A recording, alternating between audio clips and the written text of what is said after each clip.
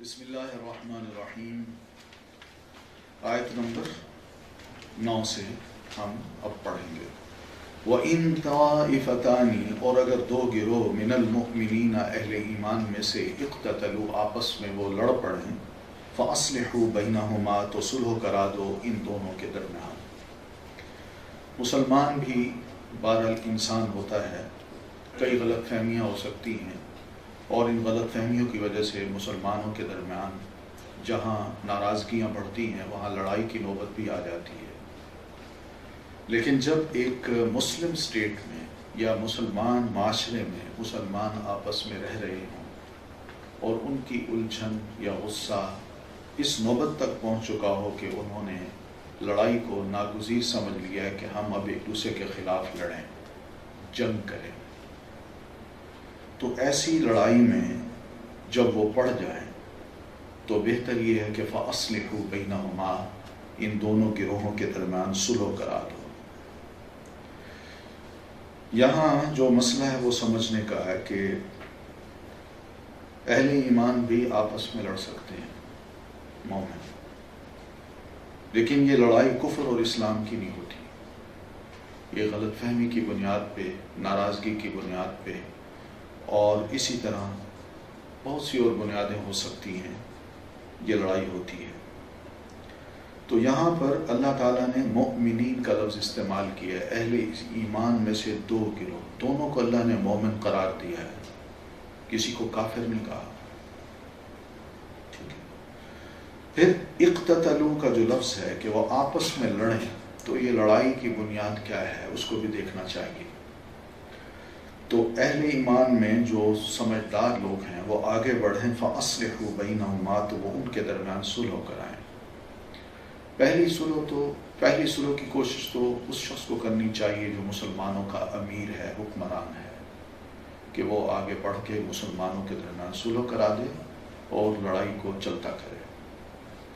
اور اگر امیر اس معاملے میں ناکام ہے تو پھر اہل اسلام میں جو سمجھدار لوگ ہیں، عقل مند لوگ ہیں، وہ پھر اپنی استطاعت اور ہمت کے مطابق یہ کوشش کریں کہ ان کے درمیان کسی طرح صلح ہو جائے.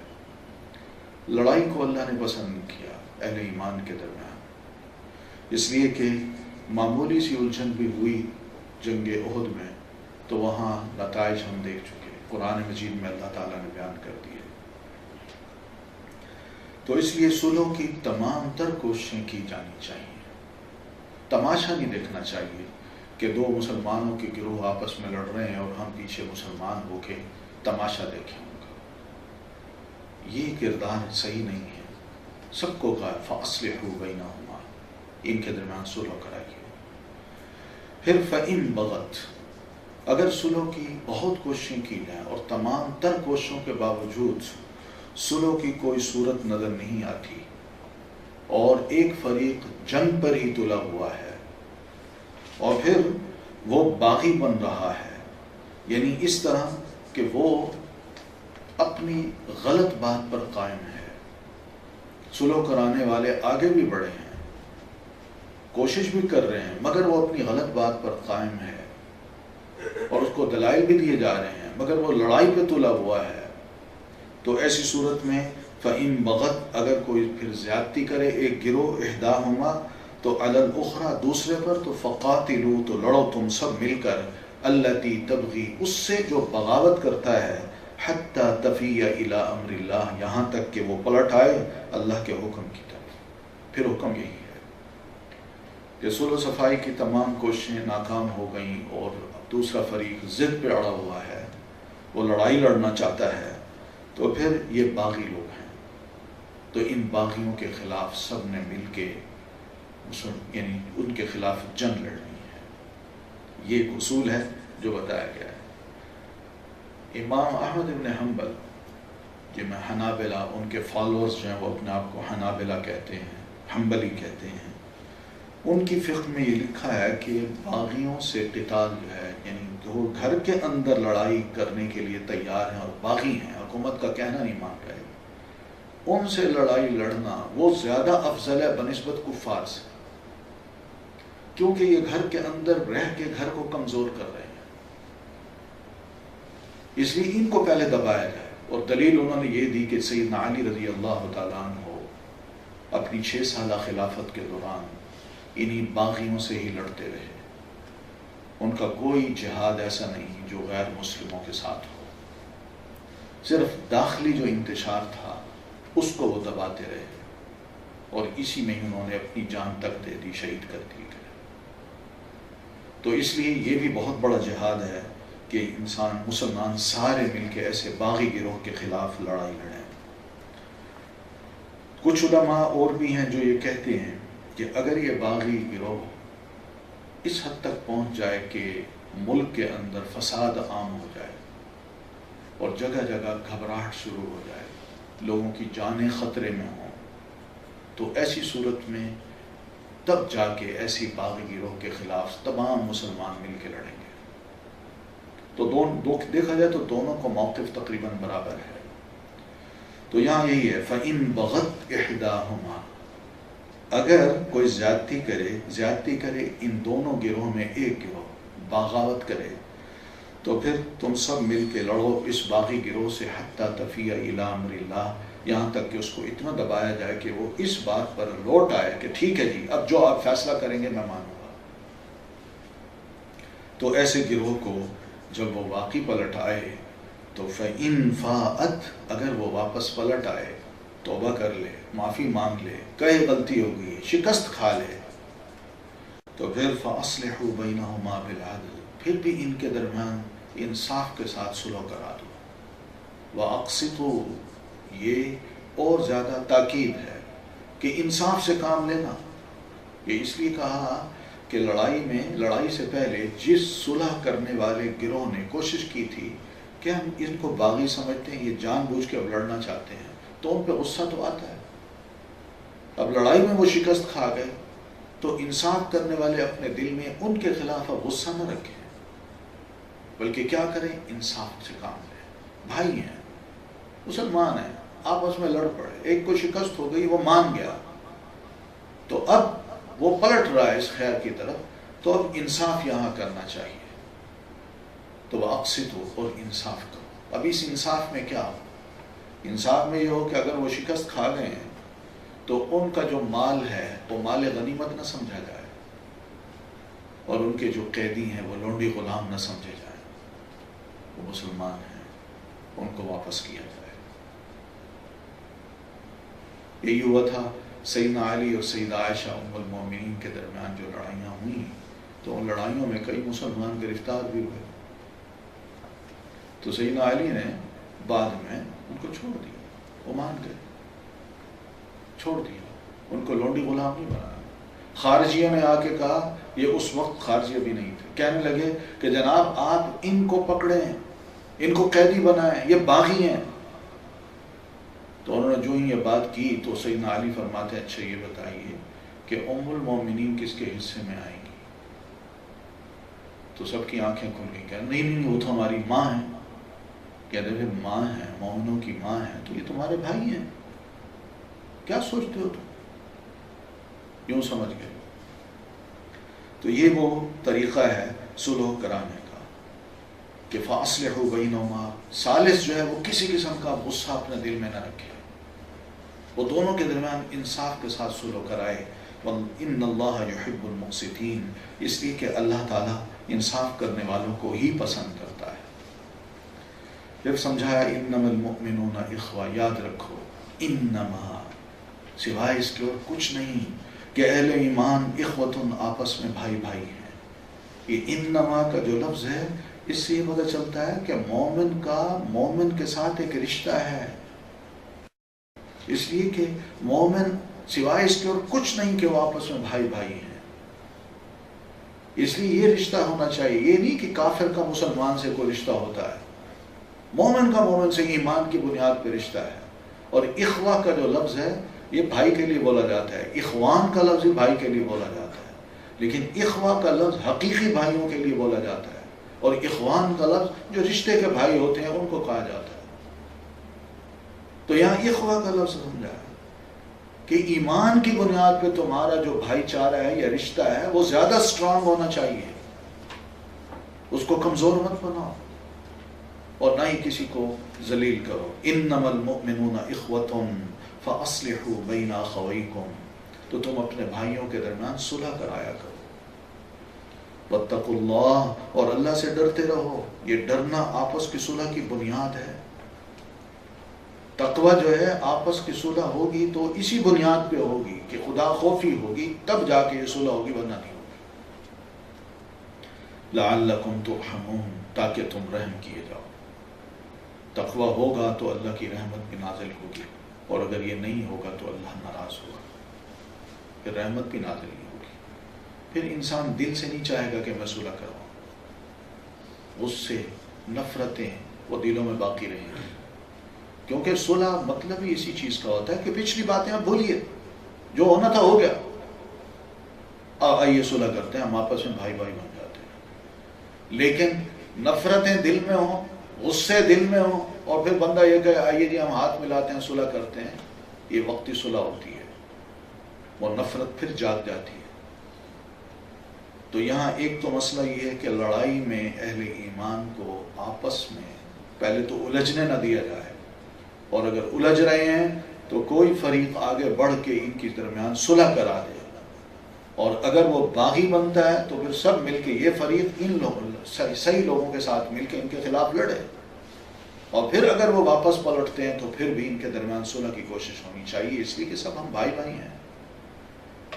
تو یہاں بار بار یہ جو بات سمجھائی تو اس کا مطلب یہی ہے کہ لوگ دور بیٹھ کے تماشا نہ دیکھیں، تماش بین نہ بنیں. مومن کا معاملہ ہے، مومن کا خون، اس کی عزت یقین مانیے خانہ کعبہ سے بھی بڑھ کر ہے.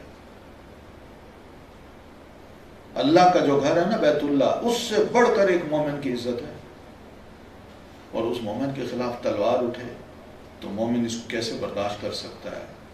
اس کو آگے بڑھ کے صلح کرانی چاہیے.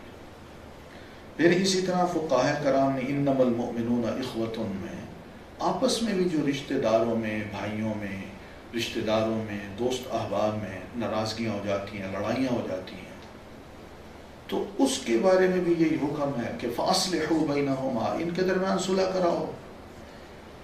کیونکہ عموماً یہی ہوتا ہے کہ دو لڑ رہے ہوتے ہیں، تیسرے تماش بین بن کے دیکھ رہے ہوتے ہیں، خوش ہوتے ہیں، آپس میں بیٹھ کے ہنستے ہیں.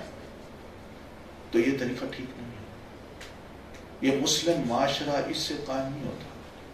یہ مسلم معاشرے کی خرابیاں یہیں سے شروع ہوتی ہیں، جب کسی کی پھپتی اڑائی جائے، کسی کا مذاق اڑایا جائے، کسی کو حقارت سے دیکھا جائے، اور کسی کو اپنی ناک کے نیچے رکھا جائے، اور پھر علیحدگی میں بیٹھ کے ان کا مذاق اڑایا جائے، ان پر ہنسا جائے.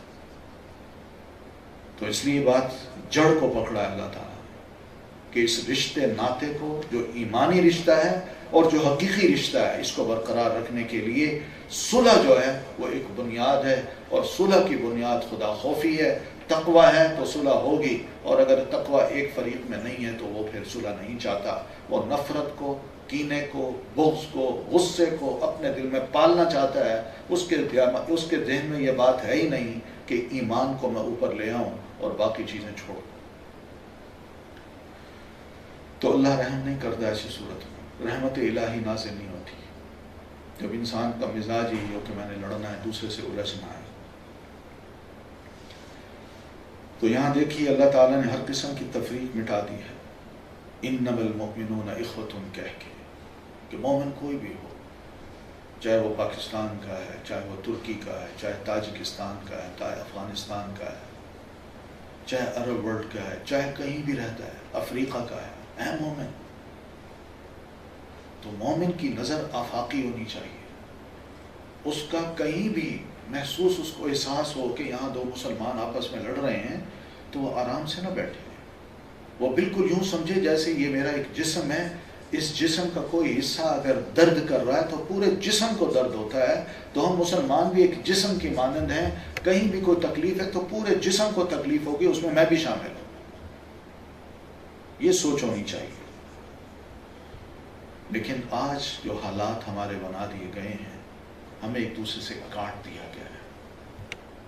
ہمیں کہا گیا کہ آپ اپنی سرزمین کو سنبھالیے، دوسرے مسلمانوں کا مت سوچیے، اگر سوچیں گے تو یہ مداخلت ہوگی. وہی بات ہے نا، جس کی لاٹھی اس کی بھینس، اور خود جو چاہے شیطان کرے، اس کو کھلی چھٹی ہے. یا ایھا الذین آمنوا، اے لوگو جو ایمان لائے ہو، لا یسخر قوم من قوم، نہ مذاق اڑائے ایک قوم دوسری قوم کا، عسیٰ ان یکونوا، ہو سکتا ہے کہ وہ ہوں، خیرا منہم، بہتر ان میں سے، ان سے۔ یہاں بڑی اہم بات کہی ہے کہ مذاق نہ اڑائے، سخر، تمسخر جس کو کہتے ہیں، کسی کا مذاق اس طرح اڑانا کہ دوسرے کو حقیر سمجھنا، دوسرے کو اہمیت نہ دینا، اپنے آپ کو دوسرے کے مقابلے میں بہتر اور بالا سمجھنا، یہ ہوتا ہے مذاق۔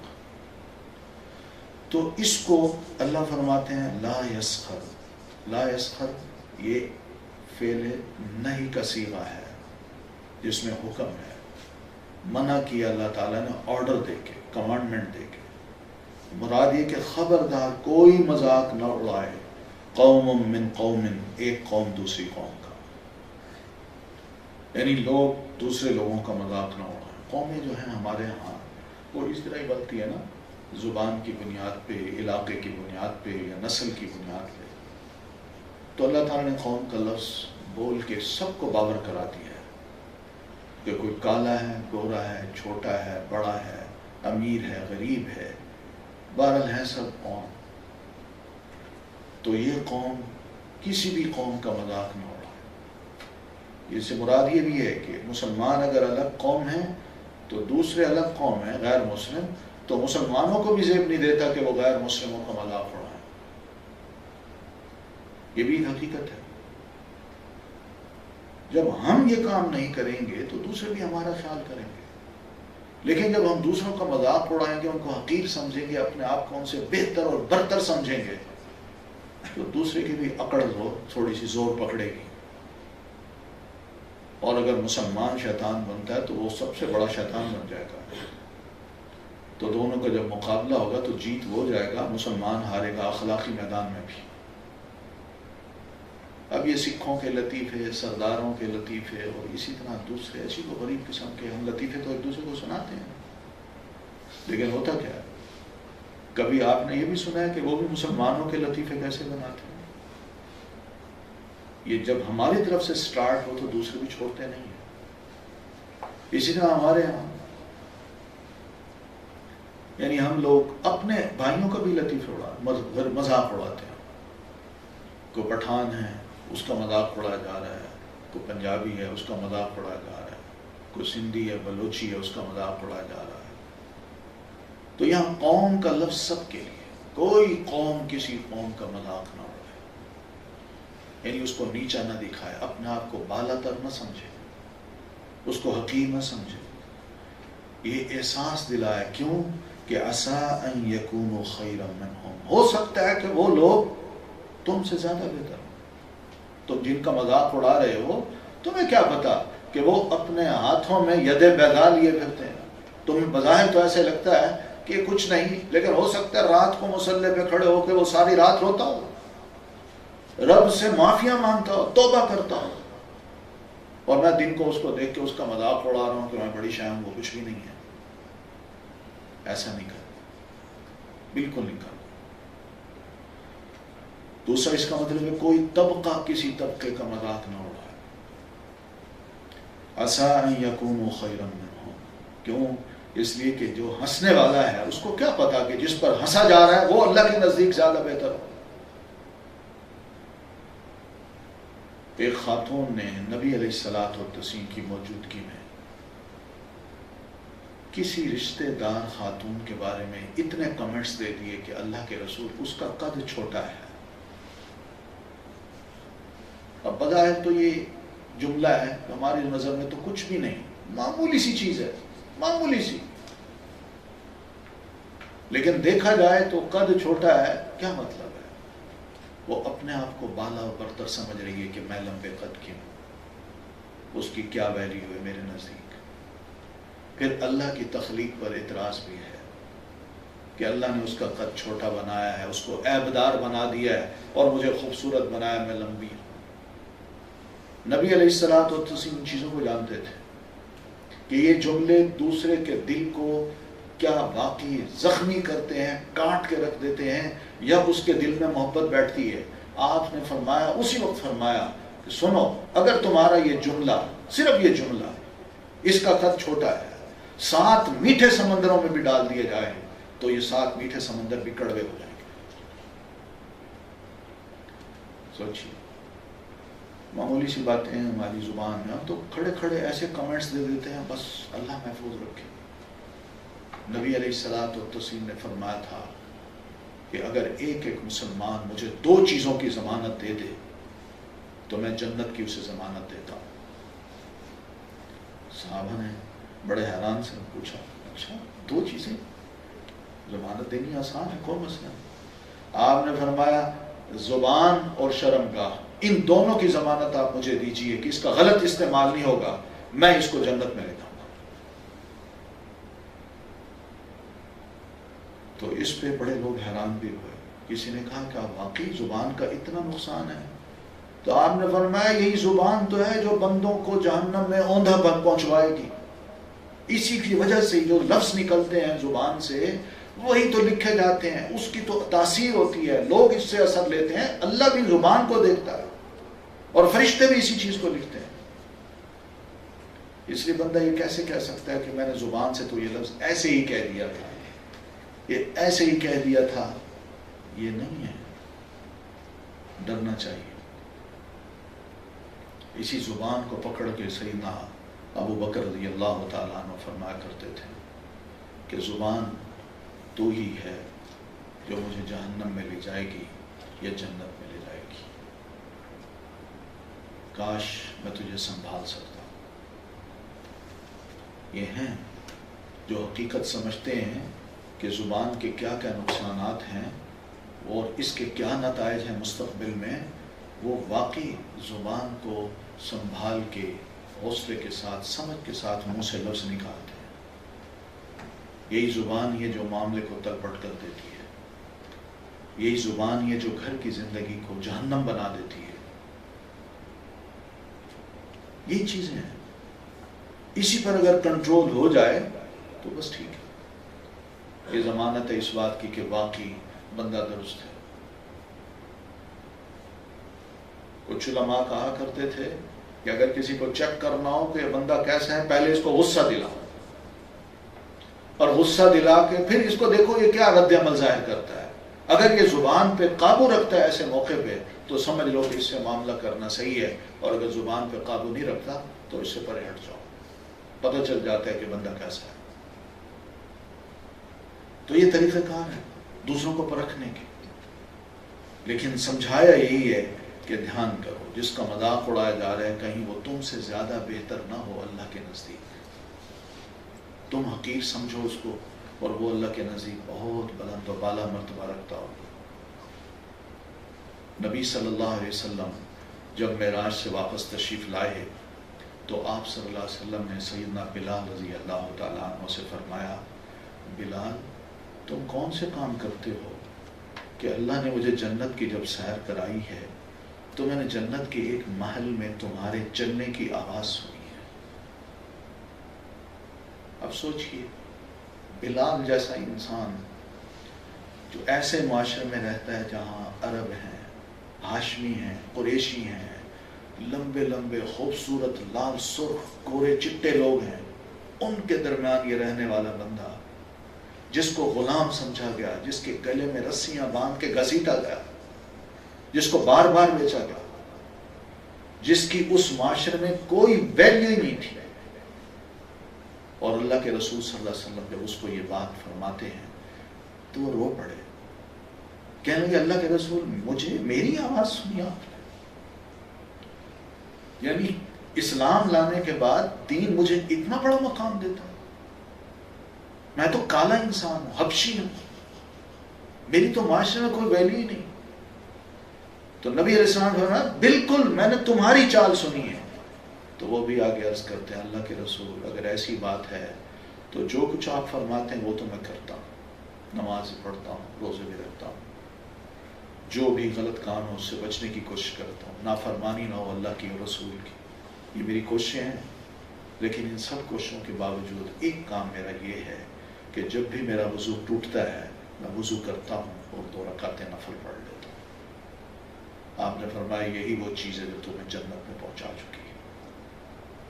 آج نفل کو بھی ہم حقیر چیز سمجھتے ہیں کہ نفل کیا چیز ہے، بہت بڑی چیز ہے۔ فرض ادا نہیں ہوتے، نفل کہاں ادا ہوں گے؟ چھوٹا نوجوان ہے، بچہ ہے 11-13 سال کا، نبی علیہ الصلوۃ والتسلیم کو وضو کرا رہا ہے۔ آپ صلی اللہ علیہ وسلم نے دیکھا ہے غریب ماں باپ کا بیٹا ہے، تو آپ نے یہ بھی محسوس کیا کہ میری خدمت شوق سے کرتا ہے، تو اس کی کوئی ضرورت ہو میں پوری کر دوں۔ آپ نے فرمایا بیٹا تمہیں کچھ ضرورت ہو تم مانگ لو۔ اس نے کہا ایسی بات ہے؟ جی۔ اب دیکھیے ہمارے ذہن کہاں جاتے ہیں، اور یہ بچے ہیں چھوٹے چھوٹے جن کو اللہ نے ایسی سمجھ عطا کی ہے، کہتے ہیں اللہ کے رسول ارید مرافقتک فی الجنہ، میں جنت میں آپ کے ساتھ رہنا چاہتا ہوں۔ یہ سوال کر دیا، جواب یہ دے دیا۔ آپ نے فرمایا میرا مطلب یہ ہے کہ تمہیں پیسے ضرورت ہو تو مانگ لو۔ کہتے ہیں نہیں، کوئی پیسوں کی ضرورت نہیں، مجھے صرف اسی کی ضرورت ہے کہ میں آپ کے ساتھ جنت میں ہوں۔ آپ نے فرمایا اگر ایسی بات ہے تو فعلیک بالسجود، تو اپنے اوپر نفل پڑھنا لازم کر لو، خوب نفل پڑھو۔ تو یہ وہ چیزیں ہیں جس کو ہم سمجھتے ہیں معمولی چیزیں ہیں، لوگ نیکیاں کرتے ہیں، بظاہر ہمیں کچھ نظر نہیں آتے، یہ کیا ہے، اس کی کیا ویلیو ہے، یہ پھٹے پرانے کپڑے پہنے ہوئے یا بڑے زبردست اس نے کپڑے پہنے ہوئے، پتہ نہیں کیسا بندہ ہے، کیا کرتا ہے کیا نہیں کرتا، عجیب و غریب سی بدزنی دماغ میں ہوتی ہے۔ لیکن ہمیں کیا پتا کہ وہ علیحدگی میں اپنے رب کے ساتھ کیسا ہے۔ اور یہ یاد رکھیے اللہ تعالیٰ بندوں کے ہم لوگ انسانوں کو اپنے درمیان دیکھ کے یہ معیار قائم نہیں کر سکتے کہ یہ کیسا نیک انسان ہے برا انسان ہے۔ بندے کی نیکی اور تقوی اس وقت پتہ چلتی ہے کہ علیحدگی میں یہ اپنے رب کے ساتھ کیسا ہے۔ علیحدہ ہو جائے، کوئی بھی اس کے پاس نہیں، اکیلا ہو، اس وقت وہ کیا اپنے رب کو یاد رکھتا ہے، اس وقت کیا واقعی گناہ سے بچتا ہے، نیکیاں کرتا ہے، یا صرف لوگوں کے سامنے نیک بنتا ہے اور علیحدگی میں چھپ چھپ کے بے شمار گناہ کرتا ہے۔ یہ بندے کا تقویٰ یہاں ظاہر نہیں ہوتا۔ تقویٰ اصل وہی ہے کہ بندہ علیحدگی میں اپنے رب کے ساتھ کیسا ہے۔ تو علیحدگی میں بندہ اپنے رب کے ساتھ صحیح ہو، وہ بندہ جانتا ہے اور اللہ جانتا ہے۔ مگر ہمارے سامنے تو ایک سیدھا سادہ انسان ہے، ہم پھر بھی اس کا اگر مذاق اڑائیں تو سوچیے اللہ تعالیٰ یہ تو فرما رہے ہیں عسیٰ ان یکونوا خیرا منہم، وہ ہو سکتا ہے کہ یہ لوگ جن کا مذاق اڑایا جا رہا ہے وہ ان مذاق اڑانے والوں سے زیادہ بہتر ہوں۔ ولا نساء من نساء، اور نہ عورتیں عورتوں کا مذاق اڑائیں۔ یہاں اللہ تعالیٰ نے جہاں مردوں کا ذکر کیا ہے، قوم کا ذکر کیا ہے، اس کا دوسرا مطلب ہے کہ یہ عادت جہاں مردوں میں وہاں عورتوں میں بھی ہے۔ عورتیں بھی ایک دوسرے کا مذاق اڑاتی ہیں۔ جیسے میں نے چھوٹی سی بات سمجھائی ہے ابھی کہ نبی علیہ السلام کے سامنے جب کسی عورت کا ذکر کیا گیا اور اس نے کہا اس کا قد چھوٹا ہے، تو منع کیا، قرآن مجید نے منع کیا ہے کہ کوئی عورت یا عورتیں عورتوں کا مذاق نہ اڑائیں۔ یہ دین کی تعلیم ہے، اسی سے اصلاح ہو سکتی ہے ہماری۔ تعلیم کیا ہے اور ہمارے عمل کیا ہیں، اور جس کے نتائج ہم بھگت رہے ہیں۔ آج چھوٹے چھوٹے جملے ہمارے دلوں کو ایک دوسرے سے کاٹ چکے ہیں۔ بھائی بھائی سے کٹ گیا، دوست دوست سے، حتیٰ کہ بیٹا باپ سے اور باپ بیٹے سے، رشتہ دار سے، صرف ان جملوں سے۔ یہ تعلیم ہے دین کی۔ اگر ہم اس کو اپنا لیں، یقین مانیں، ہمارے بے شمار کا 90% مسائل صرف اسی زبان کے کنٹرول سے حل ہو سکتے ہیں اگر ہم کوشش کریں تو۔ پھر آگے سمجھایا، ہاں ایک بات یہ بھی یاد رکھیے کہ ایک ہوتی ہے خوش مزاجی، مزاح ہوتا ہے۔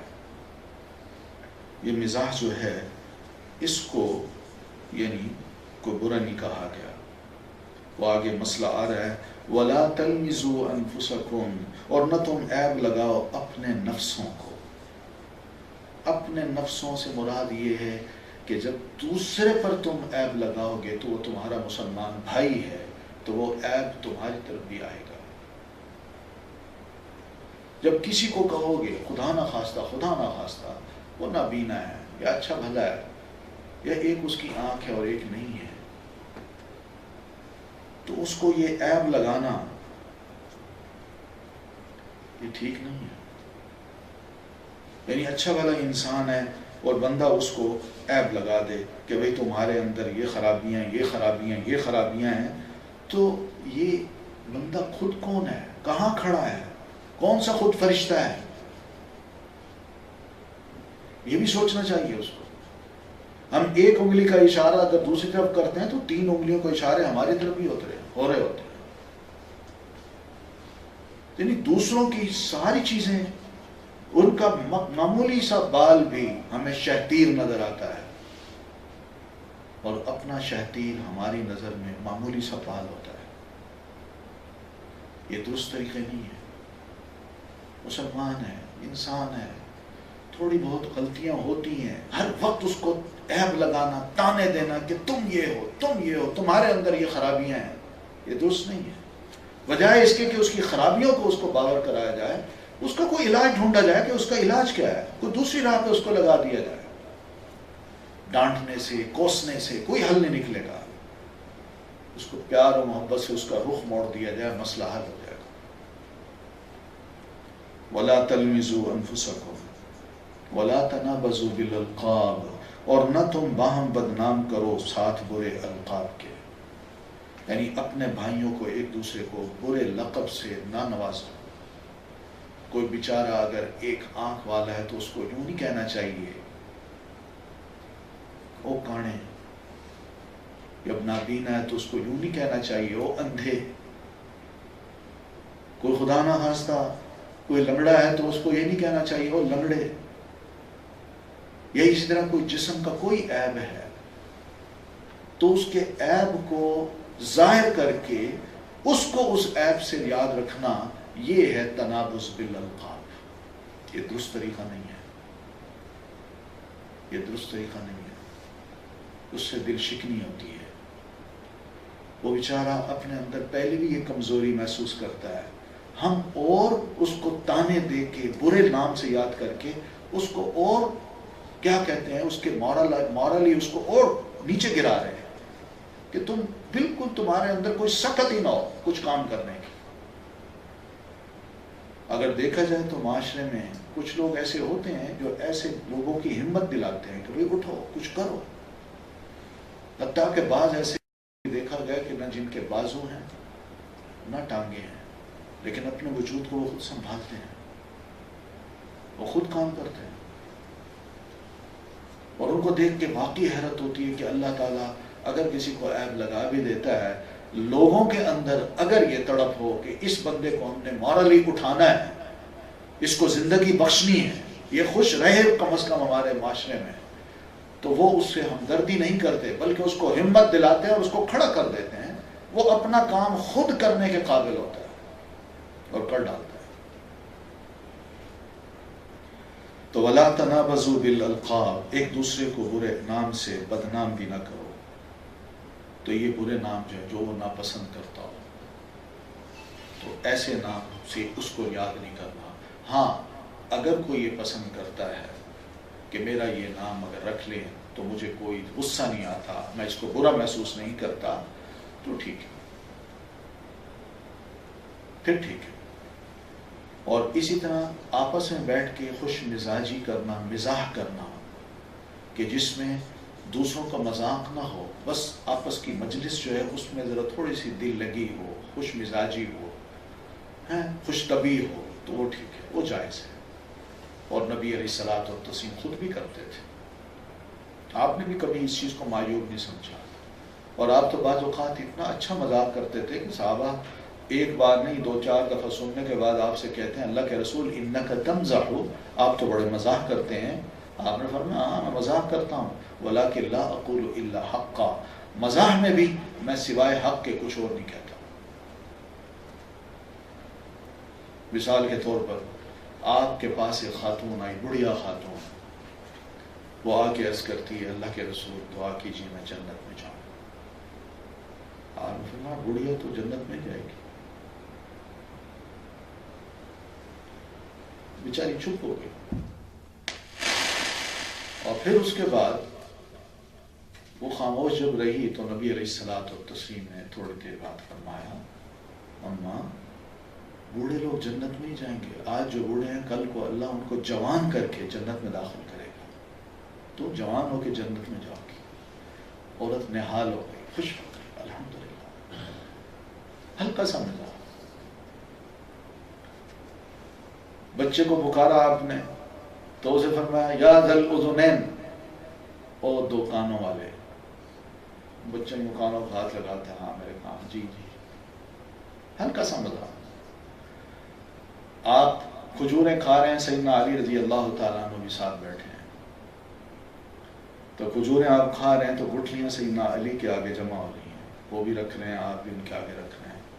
جب کھجوریں کھا بیٹھے تو آپ نے فرمایا علی تم نے اتنی کھجوریں کھا لی؟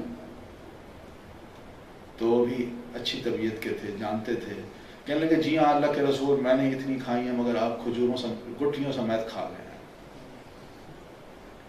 تو اس طرح کا ہلکا پھلکا مذاق کا پسند کرتے تھے، مسکراتے تھے. یہ نہیں کہ آپ کی مزاج خشک مزاجی تھی آپ کی، نہیں، اس کو دین نے پسند کیا ہے تو بری چیز نہیں ہے، لیکن ایسا مذاق جس میں دوسرے کی تحقیر ہو اس کو دین نے منع کیا ہے. پھر سمجھایا بئس الاسم الفسوق بعد الایمان.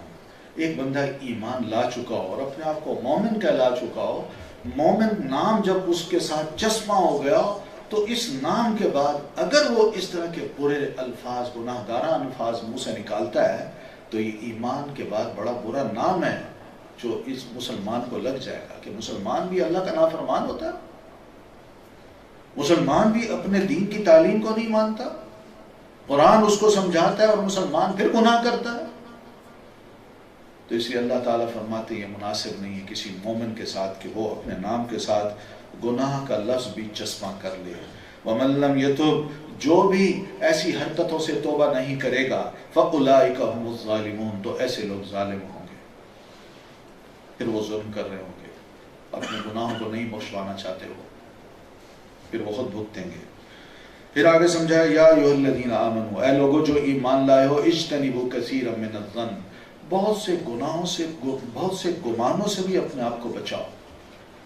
گمان دو قسم کے ہوتے ہیں، خوش گمانی ہوتی ہے، ایک بد گمانی ہوتی ہے. خوش گمانی اچھی چیز ہے اور اللہ تعالیٰ بھی اس چیز کو پسند کرتے ہیں. آپ فرماتے ہیں اگر بندہ میرے بارے میں جس قسم کا، اللہ تعالیٰ فرماتے ہیں میرا بندہ میرے بارے میں جیسا گمان کرے گا میں اس کے ساتھ ویسی ڈیل کروں گا. اگر وہ مرتے وقت یہ گمان کرتا ہے کہ اللہ انشاءاللہ مجھے معاف کر دے گا، اللہ نے مجھ پر بڑی مہربانی کی، کوئی بات نہیں، تکلیف ہے نا، میں نے برداشت کی ہے، اللہ مہربانی کرنے والا ہے، تو بندہ مرتا ہے تو اللہ اس پر مہربان ہوتا ہے. لیکن اگر مرنے سے پہلے بندے کے دل میں یہ بدگمانی ہو اللہ نے میرے ساتھ بڑی زیادتی کی، مجھے بیمار کر دیا، میرے بچوں کو بیمار کر دیا، مجھے یہ نقصان ہوا. اللہ کے بارے میں انسان بدگمان ہوتا ہے اور پھر یہ بدگمانی اس کو یہاں تک لے جاتی ہے کہ اللہ نے مجھے کبھی معاف ہی نہیں کرنا. تو اللہ فرماتا ہے مر کے تم آؤ تو میں تمہارے ساتھ ویسے ہی سلوک کروں گا. تو اس لیے اللہ کے بارے میں مومن تو ہمیشہ خوش گمان ہوتا ہے، بدگمان نہیں ہوتا. اور دین کے بارے میں بھی خوش گمان ہونا چاہیے، بدگمان نہیں ہونا چاہیے. رسول کے بارے میں بھی خوش گمان ہونا چاہیے، بدگمان نہیں ہونا چاہیے. اس لیے کہ اس سے تو ایمان ہی خطرے میں پڑ جاتا ہے نا، ایمان رہتا ہی نہیں ہے. لیکن آپس کی، ہم جب آپس میں رہتے ہیں تو وہاں ہوتا ہے ایسے کہ اکثر بدگمانیاں پیدا ہو جاتی ہیں. ایک مزاج ہوتا ہے، اس سے منع کیا ہے کہ اٹھتے بیٹھتے ہر ایک پر بدگمانی نہ کرو. یہ بدگمانی کیا ہے؟ یعنی بھائی بھائی پر کر رہا ہے، باپ بیٹے پر کر رہا ہے، بیٹا باپ پر، یا دوست دوست پر، میاں بیوی پر، بیوی شوہر پر. اس طرح کی بدگمانیاں، اس سے معاملے الجھتے ہیں، سب معاملے سنبھلتے نہیں ہیں. اس سے منع کیا اجتنبوا کثیرا من الظن. کیوں؟ ان بعض الظن اسم، اس لیے کہ ان بدگمانیوں میں یا ان گمانوں میں کچھ گمان تو ایسے ہوتے ہیں جو بالکل کھلے گناہ ہوتے ہیں اور وہ ٹھیک نہیں ہوتے۔ گمان یہی ہوتا ہے کسی کے بارے میں انسان یہ اندازہ لگا لے بس بظاہر دیکھ کے یہ برا انسان ہے یا اچھا انسان ہے۔ ہم تو چلتے، ہم بیٹھے ہیں، اگر دو دوست کوئی سامنے سے گزر کے گیا ہے تو بس اس کی چال پہ، اس کی حرکت پہ، اس کے کپڑوں پہ ایسے کمنٹس دیتے ہیں جو ساری بدگمانیوں کے ہوتے ہیں۔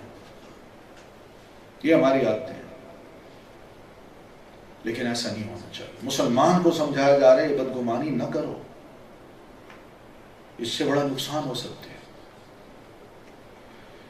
ترکی جو خلافت تھی، عثمانی خلافت، وہاں ایک خلیفہ گزرے سلطان مراد۔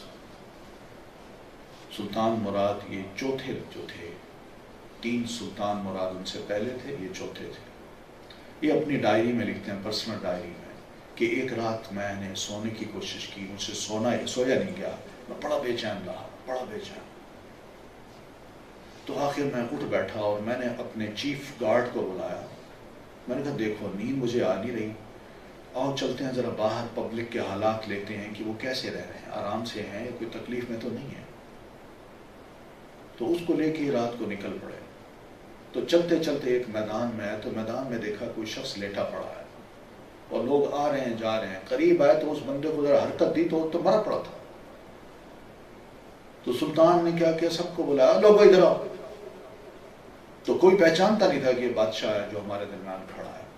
تو لوگ جب قریب آئے انہوں نے کہا بھئی یہ بندہ ہے، تم جانتے ہو کہ فوت ہو گیا ہے اور اس کی کوئی لاش پڑی ہوئی ہے، اس کو کوئی تدفین کرنے کا کوئی بندوبست نہیں، تم کم از کم یہ تو لوگ، اس کا گھر کہاں ہے مجھے بتاؤ، چلو اس کے گھر لے چلتے ہیں۔ تو لوگوں نے کہا نہیں جناب، یہ بڑا برا انسان ہے، بڑا برا انسان تھا، یہ شرابی تھا، زانی تھا، تو اس لیے ہم اس کی میت کو ہاتھ بھی نہیں لگا سکتے، ہمیں اس سے اتنی نفرت ہے۔ تو سلطان نے کہا کیا یہ امت محمدی کا فرد نہیں تھا؟ تو اس پہ وہ خاموش ہو گئے۔ اس نے کہا اس کو لے چلو، اس کا گھر کہاں ہے؟ تو لوگوں نے اس کی لاش اٹھائی، اس کے گھر گئے، تو گھر چھوڑ دی، لاش چھوڑ دی۔ بیوی نے جب لاش کو دیکھا تو رو پڑی، تو دیکھ کے کہتی ہے کہ روتے روتے کہتی ہے رحمک اللہ ولی اللہ، او اللہ کے ولی، تجھ پر اللہ رحم کرے، اشہد انک من الصالحین، میں گواہی دیتی ہوں اس بات کی کہ واقعی تو نیک انسانوں میں سے تھا۔ بادشاہ نے جب یہ بات سنی تو اس کو بڑا تعجب ہوا۔ اس نے کہا کیسے یہ نیک انسانوں میں یا اولیاء اللہ میں ہو سکتا ہے، تم اپنے شوہر کے بارے میں کہتی ہو، جبکہ لوگ تو یہی باتیں کر رہے ہیں کہ یہ شراب پیتا تھا، زنا کرتا تھا، اور حتیٰ کہ انہوں نے اس کی موت پر ایک آنسو تک نہیں بہایا۔ تو بیوی کہتی ہے مجھے اسی کی توقع تھی۔ پھر اس نے بتایا یہ جو میرا خاوند تھا یہ ہر رات کو پیسے جیب میں لے کے نکل جاتا، تو ایک دن ایک رات چلا جاتا کسی شراب خانے میں، وہاں جتنے پیسے ہوتے ان سے وہ شراب خرید لیتا تھا، اور شراب خرید کے گھر آتا اور گھر میں آ کے واش روم میں اس کو انڈیل دیتا تھا، اور یہ کہتا کہ الحمدللہ اس شراب سے کم از کم کچھ مسلمان تو بچیں گے نا۔ پھر اسی طرح کسی رات چلا جاتا کسی فاحشہ عورت کے گھر، اس کا دروازہ کھٹکھٹا کے کہتا دیکھو یہ پیسے ہیں، یہ رکھ لو، آج کی رات تم نے زنا نہیں کرنا، جاؤ دروازہ بند کرو اور سو جاؤ۔ تو اس کو پیسے دے کے گھر آتا اور کہتا ہے اللہ تیرا شکر ہے کہ میں نے ایک عورت کو فحش سے بھی بچایا، زنا سے بھی بچایا، اور مسلمان نوجوانوں کو بھی اس زنا کرنے سے بچا دیا۔ یہ اس کا کام تھا۔ تو میں نے اپنے خاوند کو کہا ایک دفعہ کہ تمہیں لوگ سارے دیکھتے ہیں، تم شراب خریدتے ہو، فاحشہ عورت کو گھر جاتے ہو، تو تمہاری اگر یہ حالت رہی اور تمہارے بارے میں لوگ اس طرح کی باتیں کرتے ہیں تو مجھے تو یوں لگتا ہے جب تم مر جاؤ گے تو تمہیں تو کوئی بندہ بھی ایسا نہیں ملے گا جو تمہارا غسل کرے، تمہیں کفنائے، تمہیں دفنائے۔ تو میں نے اپنے میاں سے جب یہ بات کہی تو وہ ہنسا، اور مجھے کہتا ہے مت فکر کرو میرا جنازہ وقت کا سلطان بادشاہ پڑھے گا، اور بڑے بڑے اولیاء پڑھیں گے، اور بڑے بڑے نیک لوگ پڑھیں گے۔ تو بادشاہ نے جب یہ بات سنی تو رو پڑا۔ تو عورت کو کہتا ہے سنو، میں بادشاہ ہوں، میں سلطان ہوں، تم نے جو بات کہی ہے مجھے یقین آ گیا کہ تمہارا خاوند ایسا تھا، اس لیے کہ اچھا یہ بات ایسی نہیں ہے کہ میں جو بے چین رات بھر رہا ہوں اور مجھے نیند نہیں آئی، پھر میں نکلا ہوں، اللہ مجھے یہاں لایا ہے اور اسی کی لاش کو اٹھوانا تھا، تمہارے گھر لانا تھا اور باخبر کرنا تھا مجھے کہ یہ بندہ ایسا ہے۔ تو کل ہم اس کا جنازہ بھی پڑھیں گے، ہم خود آئیں گے اور اس کو کفنائیں گے بھی صحیح، اور اس کو نہلائیں گے بھی صحیح، کفنائیں گے بھی صحیح، اس کو دفنائیں گے بھی صحیح، اور میرے ساتھ نہ صرف میں آؤں گا بلکہ بڑے بڑے علماء اور نیک لوگ بھی آئیں گے۔ اور بادشاہ نے پھر اس کا جنازہ خود پڑھا، بڑے بڑے علماء آئے۔ اب دیکھیے بدگمانی کیا تھی، اور اس کا چپکے کا، خاموشی کا عمل کیسا تھا۔ یہی وہ چیزیں ہوتی ہیں بعض اوقات انسان کو دوسرے کو ایسا بدگمان کر دیتی ہیں دوسرے سے کہ بندے کے اپنے عمل اکارت ہو جاتے ہیں۔ تو اسی سے سمجھایا کہ اجتنبوا کثیرا من الظن، بہت سی بدگمانی کرنے سے بچو۔ کیوں؟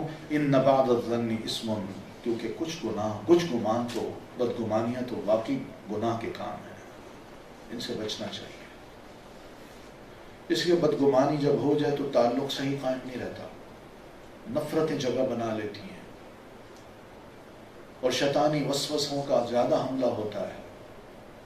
تو اس لیے گناہ کی کامی اور کیا ہے؟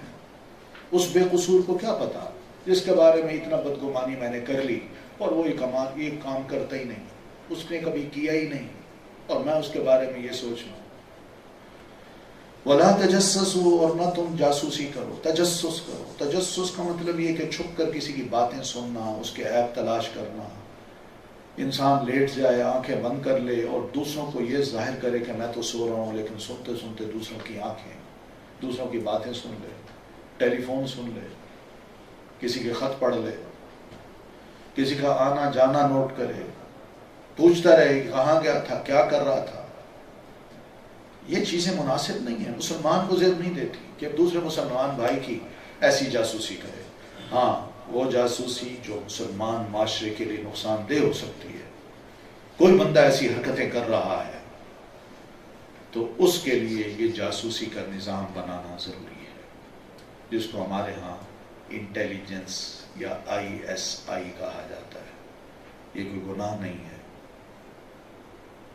یہ بہت اچھا سسٹم ہے۔ دنیا میں ہر قوم اپنے تحفظ کے لیے اس طرح کا سسٹم بناتی ہے، اور اگر مسلمان بھی بنا لیتے ہیں اور مسلمانوں کے درمیان ایسے لوگ آ کے غلط کام کریں اور مسلمان سوسائٹی کو تباہ و برباد کرنے کی وہ کوشش کریں، تو ان کے لیے ایسا نظام قائم کرنا دین کا تقاضا ہے، فرض ہے، تاکہ مسلمانوں کو تحفظ ملے۔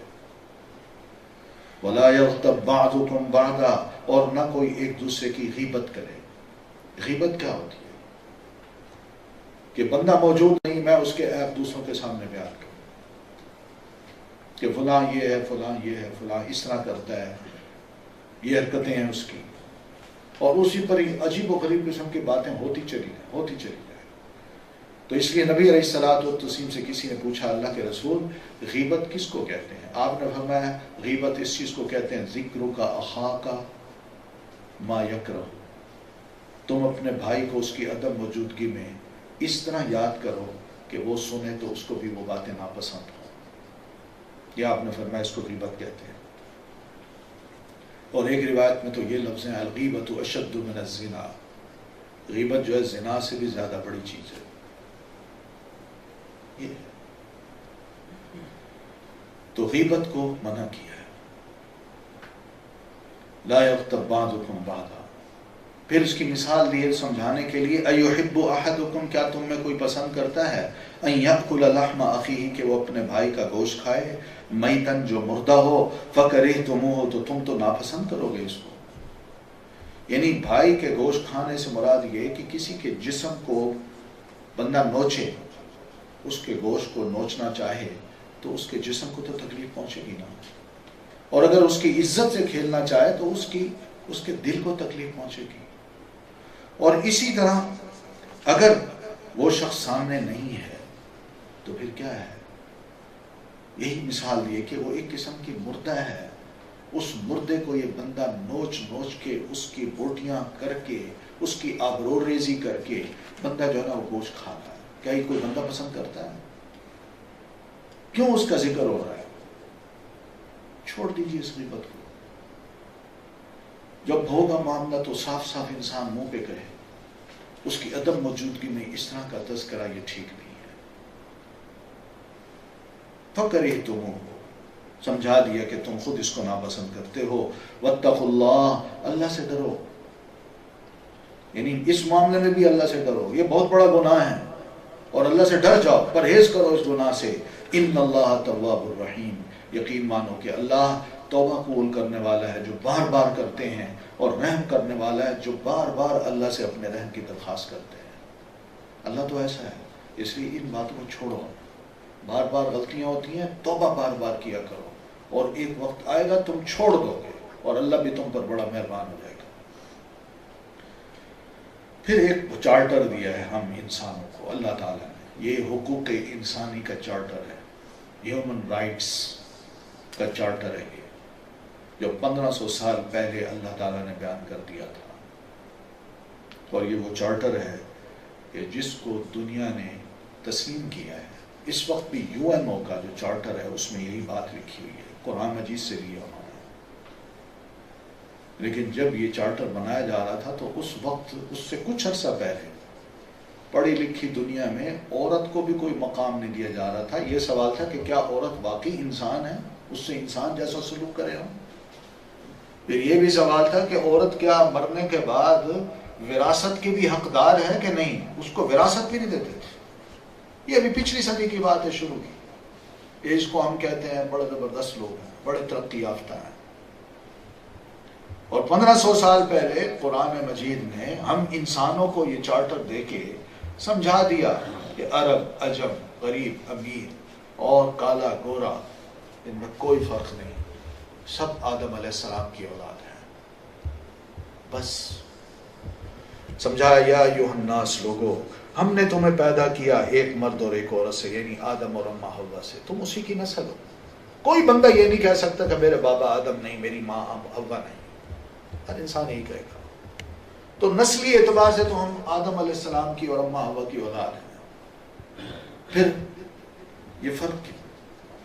وَجَعَلْنَاكُمْ شُعُوبًا وَقَبَائِلَ. باقی یہ کہ تمہیں مختلف خاندانوں اور قبیلوں میں ہم نے جو تقسیم کیا ہے وہ اس لیے نہیں کیا کہ تم ایک دوسرے پر اپنی برتری جتاؤ، بلکہ اس لیے کیا لِتَعَارَفُوا تھا کہ تم ایک دوسرے سے آپس میں تعارف کرا سکو کہ میں اس خاندان کا فرد ہوں، میں اس قبیلے کا انسان ہوں. بس. لیکن تعارف کا یہ مطلب نہیں کہ میرا قبیلہ تمہارے قبیلے سے بدتر ہے یا میرا خاندان تمہارے خاندان سے بدتر ہے. سب برابر ہیں انسان. اس لیے اسلام نے، کچھ علماء نے تو یہ کہا ہے کہ جب شادی ہوتی ہے شادی تو اس وقت بھی اس برابری کو دیکھیے. کس برابری کو؟ کہ اگر مالدار ہے لڑکا تو لڑکی بھی مالدار ہے کہ نہیں. وہ اونچے خاندان حسب نسب کی ہے تو کیا لڑکا بھی حسب نسب کا ہے کہ نہیں. اور دین یہ، اس لیے کچھ علماء نے یہ کہا کہ کفر کا ہونا ضروری ہے، اور اکثر علماء کا کہنا یہ ہے کہ کفر کا ہونا ضروری نہیں ہے، اس لیے کہ ہم سب آدم کی اولاد ہیں.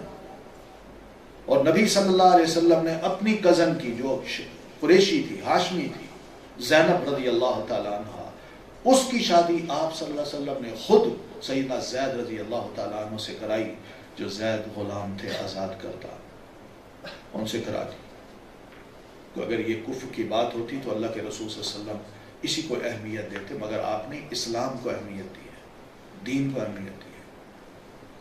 تو اس لیے انسانوں میں کوئی فرق نہیں ہے، کوئی فرق نہ ذہن میں ہونا چاہیے نہ یہ. بس ہاں ان اکرمکم عند اللہ اتقاکم، تم آپس میں شاید کوئی تمیز کر لو کہ یہ بڑا بہترین خاندان ہے، یہ بڑا اونچا قبیلہ ہے اور اس کی سنی جائے گی، اس کی نہیں سنی جائے گی. دنیا میں یہ معیارات قائم ہوتے ہیں، مگر رب کے ہاں تم میں سب سے بہترین انسان وہ ہے جس کے دل میں سب سے زیادہ اللہ کا خوف ہے.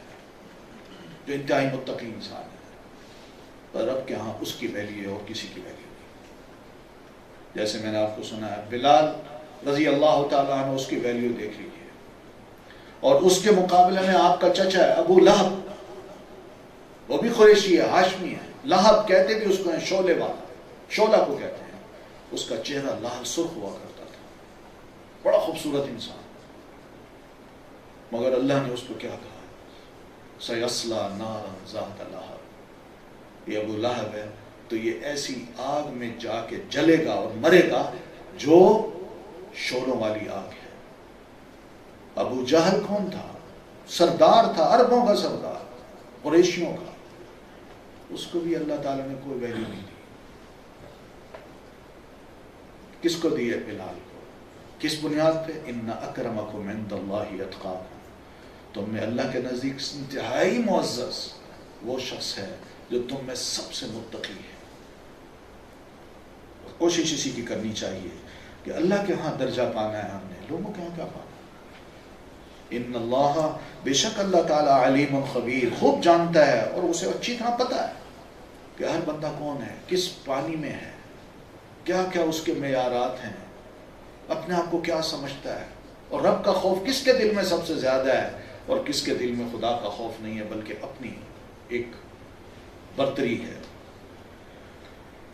پھر اسی طرح آخر میں یہ سمجھایا کہ بدو لوگ جو ادھر ادھر رہتے تھے، جو بہت کم نبی علیہ الصلوۃ والتسلیم کی صحبت میں آ کے بیٹھے، تو انہوں نے آپ سے کہا کہ ہم ایمان لے آئے ہیں، لہٰذا آپ ہمارے ساتھ مہربانی کیجیے، لفظ یہ کہہ دینا جی میں مومن ہوں، جیسے ہم کہتے نہیں میں بڑی نمازیں پڑھتا ہوں، میں رات کو تہجد بھی پڑھتا ہوں، ہفتے میں قرآن شریف بھی ختم کر دیتا ہوں۔ بعض اوقات بندے نیکیاں اپنی ظاہر کرتے ہیں، تو نیکی کا جو کام ہے نا، حقیقت میں جو خالص نیکی ہوتی ہے اس کو کوشش یہ کرے بندہ اس کو چھپا دے، ظاہر نہ کرے، کیونکہ یہ نیکی کا معاملہ اللہ سے ہے۔ معمولی سی بھی اس میں ریاکاری آ گئی نا تو وہ نیکی برباد۔ لیکن یہ تو اپنے ایمان کو ظاہر کر رہے ہیں نا، کہتے ہیں آمنا، ہم ایمان لے آئے۔ اللہ کے رسول نے فرمایا ان سے کہو ولیکن قولوا اسلمنا، تم یہ مت کہو کہ ہم ایمان لائے، بلکہ یوں کہو ہم فرما بردار ہو گئے، ہم اسلام لائے۔ اسلام لانے کا مطلب کیا ہے؟ ذرا تھوڑا سا تمہیں ڈنڈا نظر آیا نا اسلام کا، کہ اگر مانتے ہیں تو بچتے ہیں، اور اگر نہیں مانتے تو یہی تلوار ہمارا فیصلہ کرے گی، یہ مسلمان ہمیں پکڑیں گے، ماریں گے، قتل کر دیں گے، قیدی بنا لیں گے، غلام بنا لیں گے، تو اس ڈر سے تم اسلام لے آئے ہو۔ اصل چیز یہ ہے، ایمان نام ہے دل کے اندر بیٹھنے کا، اور اسلام نام ہے بظاہر بندہ اپنے آپ کو یہ شو کرے کہ جی میں نماز پڑھتا ہوں، روزے رکھتا ہوں، سب کچھ کرتا ہوں، اور زبان سے یہ کہہ دے میں مسلمان ہوں۔ جیسے پہلے پارے میں آپ نے پڑھا وَمِنَ النَّاسِ مَن يَقُولُ، لوگوں میں کچھ ایسے ہیں جو کہتے ہیں ہم آمنا، ہم ایمان لائے، اللہ فرماتے ہیں وَمَا هُم بِمُؤْمِنِينَ، وہ اصل میں مومن ہے ہی نہیں، زبان سے کہہ رہے ہیں مگر اندر سے نہیں ہے۔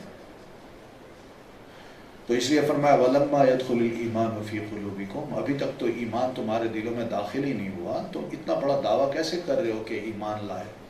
ایمان تو انسان جب نیک عمل کرتا جاتا ہے گریجولی وہ اپنا جگہ بناتا ہے دل کے اندر، تو ابھی تو تم اسلام لائے ہو، ایمان کو اپنے دل میں جگہ دو۔ وَإِن تُطِيعُوا اللَّهَ وَرَسُولَهُ، اور اگر تم اللہ اس کے رسول کی اطاعت کرتے جاؤ تو لا يَلِدْكُم مِّنْ أَعْمَالِكُمْ شَيْئًا، اللہ تمہارے اعمال میں کسی چیز کو ضائع نہیں کرے گا، ایک ایک عمل کا ریوارڈ دے گا۔ ان اللہ غفور الرحیم، یقین مانو اللہ پچھلے گناہوں کو معاف کرنے والا بھی ہے اور تمہاری اس حالت پہ رحم کرنے والا بھی ہے، اس لیے اپنے آپ کو فرما بردار بنا لو اللہ اس کے رسول کا۔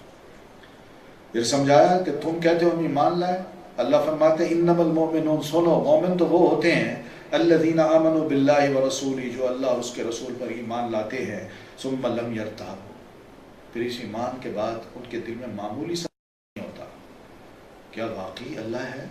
ہاں ہے، یقین ہوتا ہے ان کو، کیا واقعی اسی کی عبادت کرنی ہے؟ بالکل کرنی ہے، اس کے بغیر گزارا ہی نہیں، کیا واقعی رسول اللہ صلی اللہ علیہ وسلم اللہ کے رسول ہیں؟ بالکل ہے۔ کیا آپ کی اطاعت کرنی ہے؟ بالکل کرنی ہے۔ کیا آپ کی محبت کرنی ہے؟ بالکل کرنی ہے۔ وجاہدوا باموالہم وانفسہم، اور اپنے مالوں اور اپنی جانوں سے پھر جہاد بھی کرتے ہیں۔ یہ مال اور جان سے جہاد جو ہے بہرحال ایک لمبا موضوع ہے. فی سبیل اللہ، اللہ کی راہ میں مراد یہ ہے کہ اللہ کے دین کی سربلندی میں وہ اپنی جان اور مال کو لگا دیتے ہیں. وہ جان سے بھی میدان جنگ میں بھی لگا سکتے ہیں اور اس ضرورت پڑے تو، ورنہ معاشرے میں بھی اور قوتیں اگر اپنے شر کو پھیلانے کے لیے اپنے وسائل کو استعمال کر رہی ہیں تو مسلمان بھی پھر اپنی جان کو یعنی اپنی ذات کو بھی اس میں لگاتا ہے، اور جو اللہ نے اس کو سرمایہ دے رکھا ہے وہ بھی اس میں لگا دیتا ہے تاکہ اللہ کا دین پھلے پھولے، عام ہو. اولئک هم الصادقون، یہی وہ لوگ ہیں جو سچے ہیں. قل اتعلمون اللہ بدینکم، اللہ کے رسول ان سے کہیے کیا تم اللہ کو اپنے دین کے بارے میں بتا رہے ہو؟ یعنی اللہ تمہارے دین کے بارے میں نہیں جانتا؟ تم آگے کہتے ہو آمنا، ہم ایمان لے آئے ہیں، اللہ کو باور کراتے ہو کم. اللہ تعالیٰ تمہاری ایک ایک حرکت کو جانتا ہے، تمہاری بظاہر گفتگو کو بھی اور تمہارے دل کے اندر جو کچھ ہے اس کو بھی. سنو، واللہ یعلم ما فی السماوات والارض، اللہ کی ذات تو ایسی ہے جو کچھ آسمان میں اور زمین میں اور سب کو جانتی ہے، تو تمہارے دلوں کی حالت کو کیوں نہ جانتی ہو؟ وہ اچھی طرح جانتا ہے. واللہ بکل شیء علیم، اور اللہ ہر چیز کے بارے میں خوب علم رکھنے والا ہے. سمجھایا یمنون علیک ان اسلموا، اللہ کے رسول یہ آ کے احسان جتاتے ہیں آپ پر کہ ہم اسلام لائے ہیں. یہ بڑا کام کر رہا ہے. بعض اوقات ہوتا ہے یہ کمزوری ہے ہم میں، ہم نمازیں پڑھتے ہیں تو یوں سمجھتے ہیں جیسے اللہ پہ بڑا احسان کر ڈالا ہے، حالانکہ احسان نہیں ہے، یہ اللہ کا مجھ پر احسان ہے کہ اس نے مجھے توفیق دی کہ میں نے 5 وقت کی نماز پڑھ لی. تو یمنون علیک ان اسلموا، اللہ کے رسول یہ آپ کے پاس آ کے احسان جتاتے ہیں کہ ہم اسلام لے آئے. قل، کہہ دیجئے، لا تمنوا علی اسلامکم، مجھ پر اپنے اسلام کا احسان مت جتاؤ، یہ تمہارے اپنے فائدے کا ہے یا تمہارا نقصان ہوگا اگر تم قبول کرو گے، اور اگر نہ قبول کرو گے تمہارا نقصان ہوگا، اور قبول کرو گے تو تمہارا فائدہ ہوگا. مجھے کیا جتاتے؟ یہ تو تمہارا تعلق اللہ سے ہے، دین سے، نیت سے، ارادے سے، ایمان سے. بل اللہ یمن علیکم ان ہداکم للایمان، بلکہ اللہ تم پر احسان جتاتا ہے اس بات کا کہ اس نے کم از کم تمہیں ایمان کی راہ تو دکھا دی. یہ بڑی توفیق ہوتی ہے کہ اللہ کسی کو ایمان کی راہ دکھا دے، اس پہ چلا دے. اس لیے بجائے اس کے کہ بندہ یہ کہے میں ایمان لایا یا میں نے اسلام قبول کر کے بڑا احسان کیا اسلام پر یا مسلمانوں پر، نہیں، بلکہ اللہ نے اس پر احسان کیا ہے کہ اس کو سیدھی راہ پہ چلا دیا. ان کنتم صادقین، اگر واقعی تم اپنے دعوے میں سچے بن جاؤ تو. ان اللہ یعلم غیب السماوات، بے شک اللہ اچھی طرح جانتا ہے آسمانوں کے غیب کو اور زمین کے غیب کو. تو بندے کے اندر چھپی بات ہے نا، اس غیب کو بھی اللہ اچھی طرح جانتا ہے کہ ایمان ہے تو کتنا ہے، اور بظاہر کہہ رہا ہے یا اندر سے کہہ رہا ہے، یہ سب اللہ جانتا ہے. واللہ بصیر بما تعملون، نہ صرف جانتا ہے بلکہ تم جو عمل کرتے ہو اللہ اس کو اچھی طرح دیکھ بھی رہا ہے. تو یہ اللہ تعالیٰ کی ذات ہے اور یہ ہیں اس کے کام. تو بہرحال اس صورت میں بہت سے ایسے مسائل ہیں جو ہماری اپنی لائف سے، جن کا تعلق ہے ہماری اپنی عادات سے، اخلاق سے، معاشرتی مسائل سے، اس کا تعلق ہے. بڑی اہم ہدایات ہیں. ہم مسلمان اگر ان کو اپنا لیں تو علماء کا کہنا یہی ہے کہ واقعی مسلمانوں کے 90% مسائل جو ہیں وہ حل ہو سکتے ہیں. اللہ تعالیٰ ہمیں دین کی سمجھ عطا فرمائے. سبحانک اللہم و بحمدک، اشہد ان لا الہ الا انت، استغفرک.